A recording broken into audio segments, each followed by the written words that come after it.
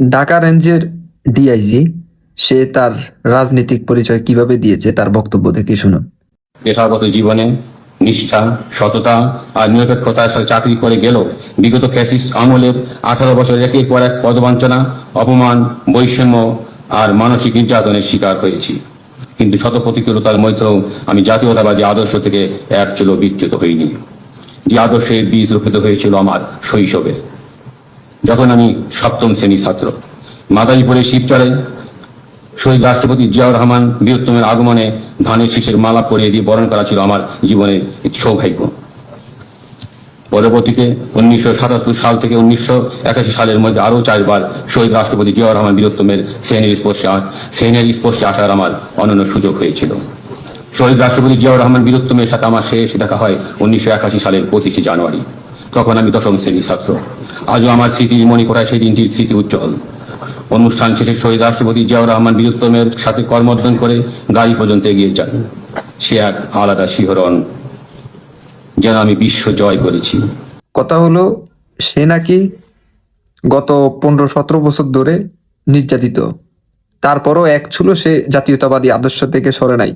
তারপর সেই ছোটবেলা থেকে জিয়াউর রহমানের আমল থেকেই তিনি জাতীয়তাবাদী আদর্শের চেতনায় আছেন। তিনি জিয়াউর রহমানকে ফুলের মালা পরিয়েছেন। কথা হলো এই যে আপনার পুলিশের ঢাকার ডিআইজি, আপনার পুলিশ ইনস্টিটিউশন সব জায়গায় পুলিশের প্রধান মহাপরিচালক বলেন, সব হচ্ছে বিএনপি দলীয়করণ করা। এই যে ব্যুরোক্রেসিকে, আমলাতন্ত্রকে যেভাবে সব জায়গায় আপনি দেখবেন যে বিএনপি তার নিজেকে দলীয় কেন্দ্রীভূতন করেছে। এখন কথা হলো এই যে দলীয়করণ করা, এখন এই দলীয়করণ করার মাধ্যমে যেটা প্রকাশ পাচ্ছে সেটা হচ্ছে যে আগামী দিনে ডিক্টেটরশিপ লোডিং বাংলাদেশের মানুষের কপালে, এবং বিশেষ করে আওয়ামী লীগ যারা করে তাদের হয়তো তারা অনেক অন্যায় নিপীড়ন সামনে আরো করবে, অলরেডি তারা করতেছে। এখন এইভাবে পুলিশের ভিতরে রাজনৈতিক পরিচয়, আমি বিগত কখনো মনে হয় না এরকম কোনো পরিস্থিতির সম্মুখীন হয়েছে বাংলাদেশের পুলিশ। এতটা এতটা দলীয়করণ করা হয়েছে, আপনি বুঝতে পারতেছেন? তাহলে এই পুলিশ কার পক্ষে কাজ করবে? জাতীয়তাবাদী চেতনা মানে পৃথিবীর কোনো দেশে আছে কিনা আমার মনে হয় না যে একটা পুলিশ সেই দলকে প্রমোট করতে আছে এবং সে দেশের প্রধানমন্ত্রীর সামনে।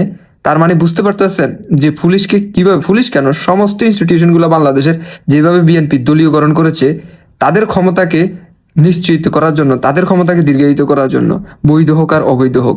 এবং এটার ফল কি হবে? ভয়ানক হবে। সরকারের বিরুদ্ধে, সরকার আর রাষ্ট্র এক না, রাষ্ট্রের সমস্যা হলে সরকারের বিরুদ্ধে কথা বলা, আর সরকারের বিরুদ্ধে কথা বলা হচ্ছে ফান্ডামেন্টাল রাইটস। সেখানে সরকার হাতিয়ার হিসেবে ব্যবহার করবে।